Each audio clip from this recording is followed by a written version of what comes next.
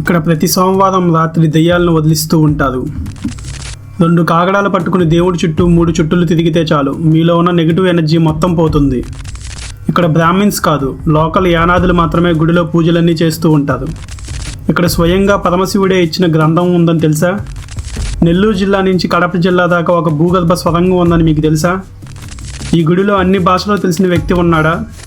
ఈ గుడికి వెళ్తే భూత ప్రేతాలు పారిపోతాయి. సంతానం లేని వారు సంతానం పొందుతారు. ఎప్పుడు వర్షం పడుతుందో కూడా 3 సంవత్సరాల ముందే చెప్పగలరా? 3 సంవత్సరాల ముందే ఎప్పుడు చనిపోతామో కూడా చెప్పగలరా? రండి ఈ గుడి గురించి పూర్తిగా తెలుసుకుందాం. హాయ్ ఫ్రెండ్స్, నేనైతే ఒక పని మీద విజయవాడ నుండి నెల్లూరు జిల్లాలోని వెంకటగిరికి వెళ్ళాను. వెంకటగిరి అంటే తెలుసు కదా, చీరలకు బాగా ఫేమస్. నేను వెళ్ళిన పని పూర్తవ్వగానే వెంటనే వెంకటగిరిలో బాగా ఫేమస్ అయినటువంటి పోలేరమ్మ గుడికి వెళ్ళాను. ఇక్కడైతే ప్రతి సంవత్సరం చాలా గ్రాండ్గా జాతర చేస్తూ ఉంటారు. ఆ జాతర అయితే నెక్స్ట్ లెవెల్లో ఉంటుంది. కుదిరితే నెక్స్ట్ టైం ఆ జాతరను కూడా కవర్ చేసి వీడియో అప్లోడ్ చేస్తాను. వెంకటగిరి లోకల్ వాళ్ళు ఎవరైనా ఈ వీడియో చూస్తూ ఉంటే కనుక నాకు ఇన్స్టాగ్రామ్లో మెసేజ్ చేయండి. నెక్స్ట్ టైం మీతో కలిసి జాతరని కవర్ చేస్తాను. ఇప్పుడైతే అమ్మవారిని దర్శనం చేసుకున్నాను కానీ వీడియో షూట్ చేయలేదు. అమ్మవారి దర్శనం పూర్తవ్వగానే అక్కడ లోకల్ వారి ద్వారా నాకైతే ఒక క్రేజీ గుడి గురించి అయితే తెలిసింది. ఆ గుడి గురించి వినగానే వెంటనే అక్కడికి వెళ్ళాలి అనే ఇంట్రెస్ట్ అయితే వచ్చింది. ఇలాంటివంటే నాకు బాగా ఇంట్రెస్ట్. మనకి చదువు తప్ప అని ఇంట్రెస్టే తినా. సో లైట్ ఫెయిల్ అయ్యే లోపు ఆ గుడికి రీచ్ అవ్వాలి అని ఫిక్స్ అయ్యాను. ఆ గుడి వెంకటగిరి నుండి సుమారు 22 కిలోమీటర్ల దూరంలో ఉంది. సో బైక్ మీద బయలుదేరాను. వింటర్ కావడంతో ఫుల్గా పొగమంచు కూడా ఉంది.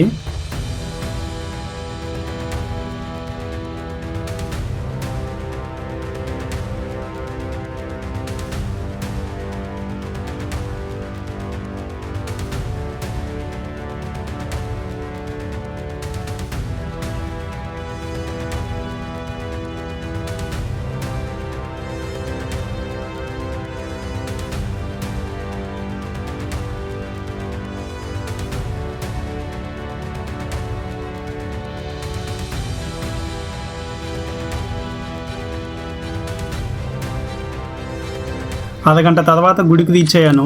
అదే దేవుడి వెల్లంపల్లి శివాలయం. ఈ వీడియో ఎండింగ్లోనే మీకు ఈ గుడి యొక్క స్థల పురాణం అయితే చెప్తాను. ఆ స్థల పురాణంలోనే మీకు చాలా కొత్త విషయాలు అయితే తెలుస్తాయి. ఈవినింగ్ టైంకి అయితే మేము గుడి దగ్గరికి రీచ్ అయిపోయాము. గుడి చుట్టూ ప్రాంగణం చూడండి ఎంత విశాలంగా ఉందో.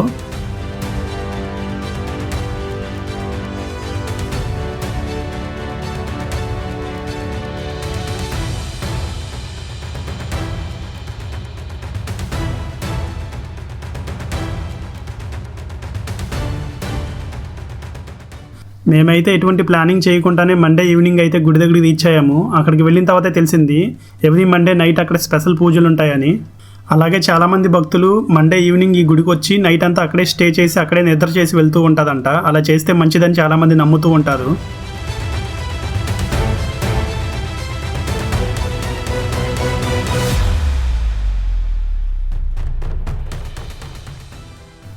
ఇప్పుడైతే గుడి ప్రాంగణం చాలా ఖాళీగా ఉంది కానీ మీరు నైట్ అయ్యే టైంకి చూడండి గుడి మొత్తం భక్తులతో నిండిపోతుంది. ఈ గుడికి దగ్గరలోనే ఫారెస్ట్లో ఒక గృహ ఉందంట. ఆ గృహ నుండి కడప జిల్లాలోని ప్రాంతానికి కూడా వెళ్ళవచ్చంట. అంటే నెల్లూరు జిల్లా నుంచి కడప జిల్లా వరకు ఒక అండర్ గ్రౌండ్ గృహ ఉందని చెప్పి ఈ స్థల పురాణంలో కూడా రాసుంది. ఈ గుడి దగ్గర అయితే నైట్ టైం స్టే చేయడానికి అన్ని వసతులు ఉన్నాయి. అలాగే గుడి దగ్గరే వాష్రూమ్లు, నీటి కోనేరు అన్నీ ఉన్నాయి. ఇక్కడ ఎవ్రీ మండే నైట్ దయ్యాలను వదిలించే ప్రోగ్రామ్ కూడా ఉంటుందంట. నేను దాని గురించి తెలుసుకుని దాన్ని చూడాలని అయితే ఎక్సైటెడ్గా ఉన్నాను. ఆగలేకపోతున్నాను సార్. ఆశతో ఆతృతగా ఉంది, సంతోషంగా ఉంది. మీది గుడి విజిట్ చేయాలంటే మీది ఏ ప్రాంతం నుంచి అయినా సరే ముందుగా వెంకటగిరి అనే ప్రాంతానికి అయితే రీచ్ అవ్వాలి. నెల్లూరు జిల్లాలో ఉంటుంది. అక్కడ నుండి అయితే ఈ దేవుడి వెల్లంపల్లి అనే గ్రామానికి ఆటోలు కానీ బస్సులు కానీ అవైలబుల్ ఉంటాయి.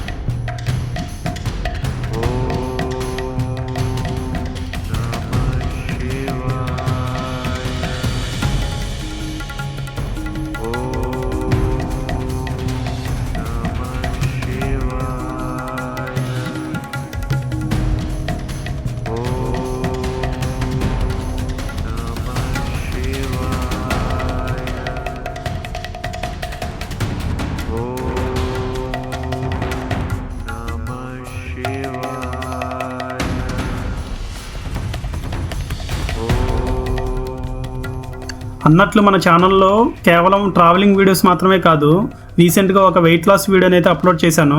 నేను ఎటువంటి జిమ్కి వెళ్ళకుండా, వర్కౌట్లు చేయకుండా, జాగింగ్లు వాకింగ్లు చేయకుండా, ఎలాంటి హెర్బల్ పౌడర్స్ వాడకుండా వెయిట్ లాస్ అయ్యాను. అది కూడా కేవలం మన ఇంట్లో ఉన్న వస్తువులను వాడి మాత్రమే వెయిట్ లాస్ అయ్యాను. ఎలా వెయిట్ లాస్ అయ్యాను అనేది పూర్తిగా ఎక్స్ప్లెయిన్ చేస్తూ ఒక వీడియో అయితే అప్లోడ్ చేశాను.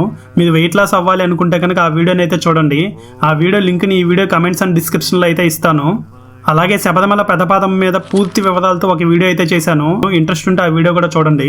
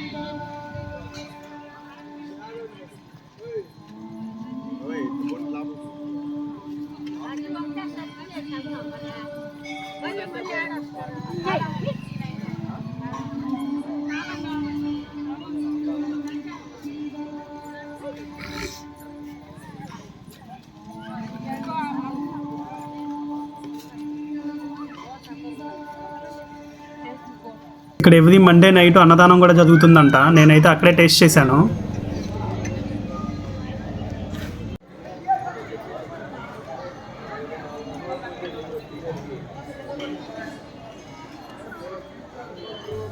ఆ వెంటనే గుడిలో దర్శనం కూడా పూర్తి చేసుకుని గుడి బయట జరుగుతున్న దయ్యాలను వదిలించే ప్రోగ్రాం దగ్గరికి అయితే వెళ్ళాను. ఈ గుడిలో 2 కాకడాలు చేతిలో పట్టుకుని దేవుడి చుట్టూ 3 చుట్లు తిరిగితే మనలో ఉన్న నెగిటివ్ ఎనర్జీ మొత్తం పోతుందంట. అలాగే మన మీద ఏదైనా దుష్ట శక్తులు, నరదిష్టి ఇలాంటివి ఏమన్నా కూడా మొత్తం పోతాయంట. అలా కాకడాలు పట్టుకుని తిరిగే టైంలోనే ఎవరిలో నెగిటివ్ ఎనర్జీ ఉన్నా, వాటిలో ఏదైనా దయ్యాలు లాంటివి ఉన్నా కూడా వాళ్ళందరూ వింతగా ప్రవర్తించడం మొదలు పెడుతున్నారు.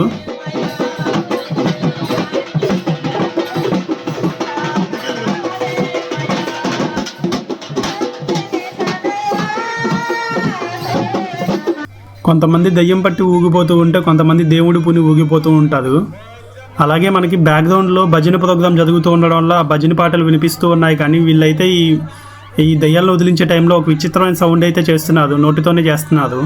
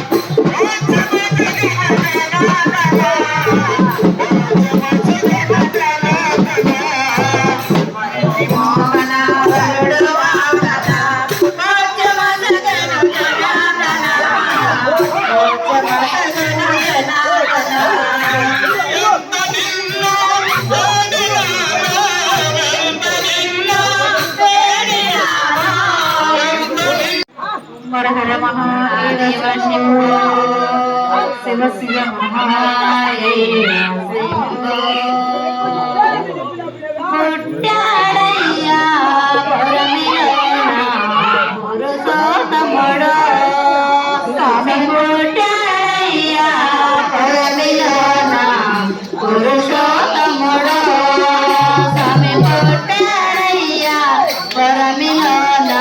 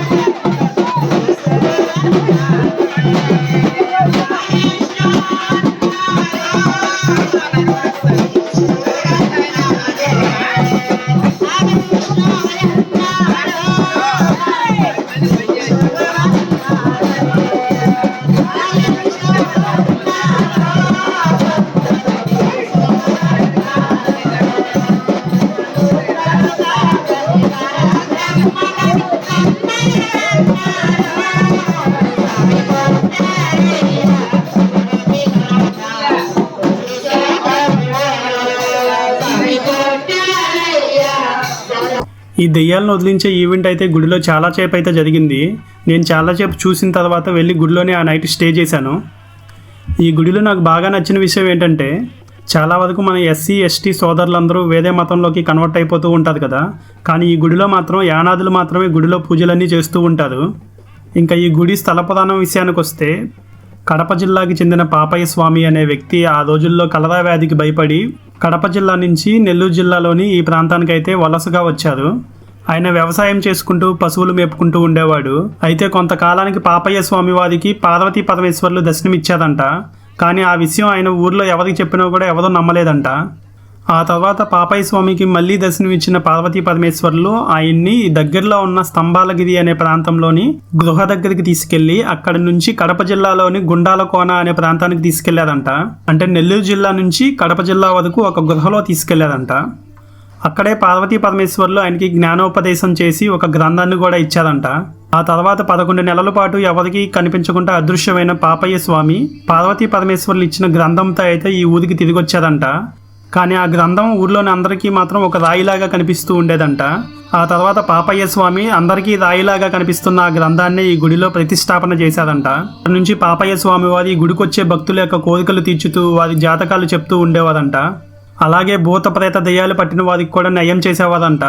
సంతానం లేని వారికి సంతానం కలిగేలాగా చేసేవారంట. కొంతకాలం తర్వాత ఆయన ఎప్పుడు చనిపోతాడో కూడా 3 సంవత్సరాలు ముందుగానే చెప్పిన పాపయ్య స్వామి ఆ రోజు ఆ గ్రామం చుట్టూ కూడా వర్షం పడుతుందని కూడా 3 ఏళ్ల ముందే చెప్పాదంట. ఆ తర్వాత 1816 సంవత్సరంలో ఆయన సమాధి అయ్యాదంట. ఇదే ఈ గుడి యొక్క స్థల పురాణం. నేనైతే దర్శనం పూర్తి చేసుకున్న తర్వాత నెక్స్ట్ డే మార్నింగ్ మళ్ళీ దర్శనం చేసుకుని మళ్ళీ తిరిగి వెంకటగిరికి రీచ్ అయ్యి అక్కడి నుంచి విజయవాడకి రీచ్ అయిపోయాను. నెక్స్ట్ అయితే విజయవాడలో ఉన్న ఒక గుడి గురించి అయితే చెప్పబోతున్నాను. ఈ గుడి గురించి అయితే విజయవాడలో ఉన్న చాలామందికి కూడా తెలియదు. Thanks for watching. జై Hind. I'm Gajala from Washington DC.